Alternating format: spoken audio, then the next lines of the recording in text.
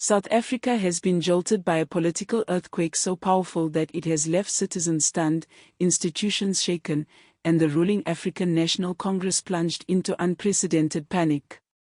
New and explosive revelations suggest that President Cyril Ramaphosa and former President Jacob Zuma may both be entangled in an ongoing corruption scheme, an allegation so seismic it threatens to tear the ANC apart from within and redefine the country's political landscape for years to come. A party once hailed as the guardian of South Africa's democracy is now facing a crisis of legitimacy that could permanently alter its future. The magnitude of these allegations has ignited shockwaves through government ministries, opposition parties, civil society organizations, and everyday South Africans who now brace themselves for what could become the most devastating political scandal in the country's modern history.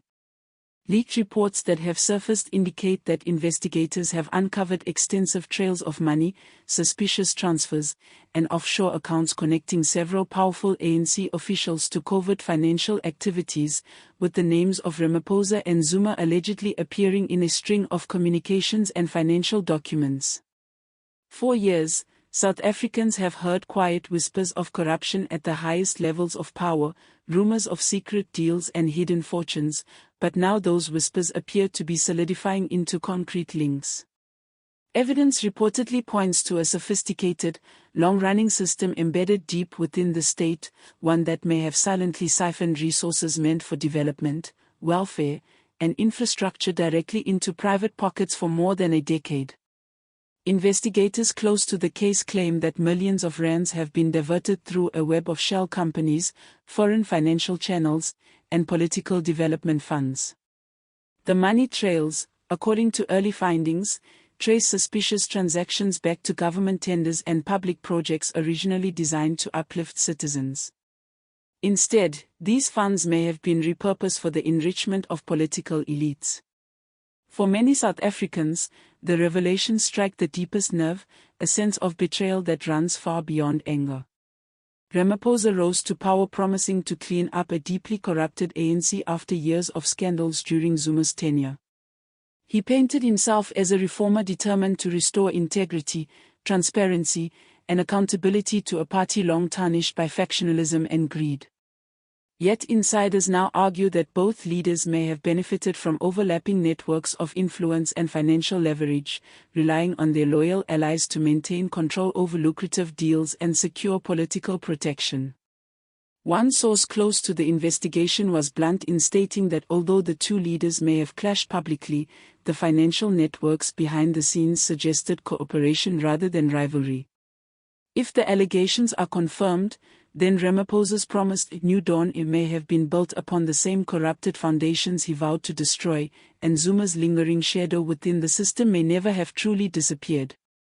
Inside the ANC, panic has erupted as reports emerged that a confidential dossier naming officials, contracts, and bank transfers has been handed over to local and international investigative bodies.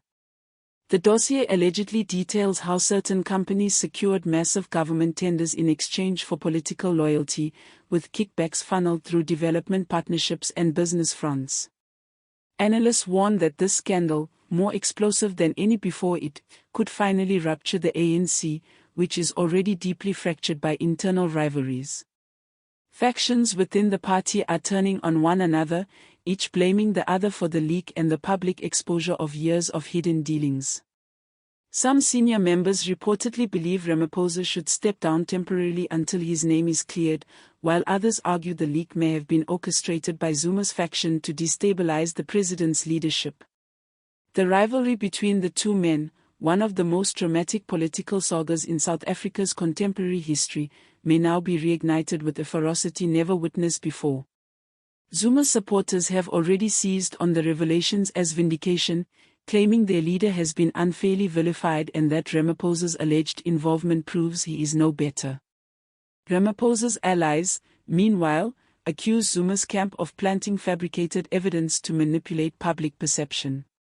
However, preliminary reports indicate that some financial documents trace questionable transactions across both the Zuma and Ramaphosa administrations, suggesting the network of corruption may have evolved over time rather than vanished. As one analyst commented, the ANC didn't change its system, it only changed its faces, reflecting a growing public belief that the culture of corruption within the party has persisted despite repeated promises of reform. Outrage among citizens has swelled across social media platforms, where thousands insist that both leaders must be subject to an independent, transparent investigation. Many feel that after years of promises to rebuild the nation, these leaders may have instead exploited their positions for personal and political gain. One comment that has gone viral declares that the ANC is no longer fighting corruption, it's fighting to hide it. Civil society groups, along with opposition parties such as the Democratic Alliance and Economic Freedom Fighters, are calling for emergency parliamentary hearings and demanding the immediate suspension of Ramaphosa pending the outcome of investigations. International implications have added new dimensions to the crisis, with reports suggesting that foreign banks and overseas financial systems may be linked to the transactions under scrutiny. Early indications suggest that financial institutions in Europe and the Middle East have flagged suspicious activity, drawing foreign regulators into the widening probe. Should these allegations be confirmed, the investigation may evolve into a multi-country operation that places South Africa's political elite under a level of international scrutiny never seen before. Legal experts warn that if investigators uncover sufficient evidence, both Ramaphosa and Zuma could face serious criminal charges, including money laundering, abuse of office, and racketeering. Within the ANC, fear and mistrust have reached fever pitch. Members are reportedly scrambling to delete potentially incriminating documents, erase communications, and even approach authorities in hopes of turning state witness for leniency. The party has lost control of the narrative entirely, as one insider put it. The story is controlling the ANC now. The scandal threatens to be a defining moment for a party long burdened by factional battles, governance failures, and erosion of public trust. For ordinary citizens, the scandal reinforces the belief that corruption has no loyalty or ideology, only beneficiaries, and that political elites often prioritize self-preservation over national welfare. In a late-night press conference, ANC spokespersons attempted to dismiss the allegations as politically motivated fabrications meant to destabilize the government. However, their denials have done little to reduce public skepticism. Across the country, protests have erupted outside government buildings and the ANC's headquarters, with demonstrators demanding accountability and insisting that no individual, regardless of political position, should be above the law.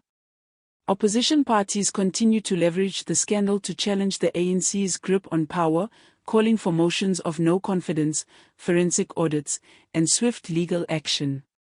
Meanwhile, civil society organizations are mobilizing nationwide campaigns urging authorities to conduct fair, impartial, and independent investigations to restore public trust in weakened institutions.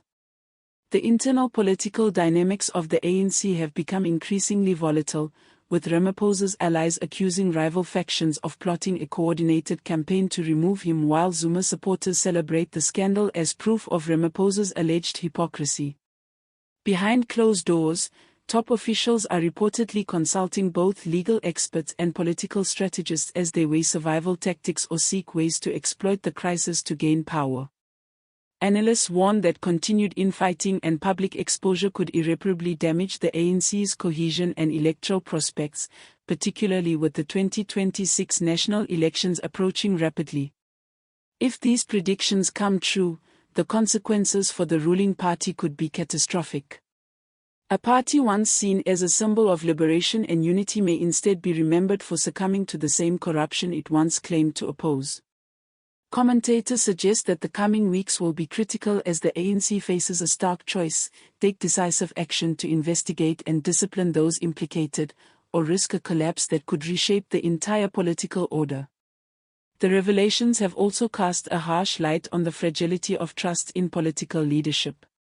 South Africans already grappling with economic hardship, high unemployment, and severe inequality are now confronting the possibility that the very top of their government may have been compromised.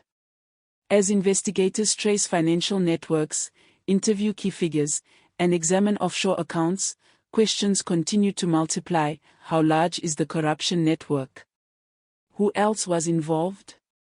Can the ANC survive? Or is this the beginning of the party's unraveling? International observers are monitoring developments closely as the scandal expands beyond South Africa's borders. Claims that illicit funds may have passed through foreign financial systems have brought global attention to the crisis. Should the case reach court, it could set a historic precedent for holding both sitting and former heads of state accountable for financial misconduct.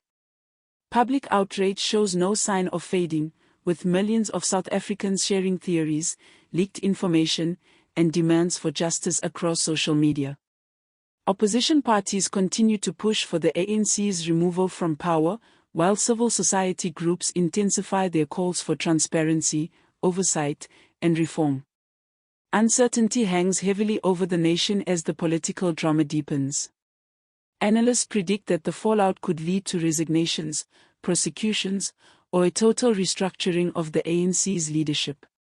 The party now stands at the most precarious moment in its history, its future uncertain, its credibility endangered, its unity fraying. As South Africa watches the scandal unfold in real time, one thing is clear: the country has entered a defining chapter, one that will shape its governance, institutions, and political identity for years to come. The decisions made in the coming days and weeks will determine not only the ANC's destiny but the future trajectory of South Africa's democracy. The storm has arrived, and the world is watching as the nation confronts one of the most critical crises in its political history.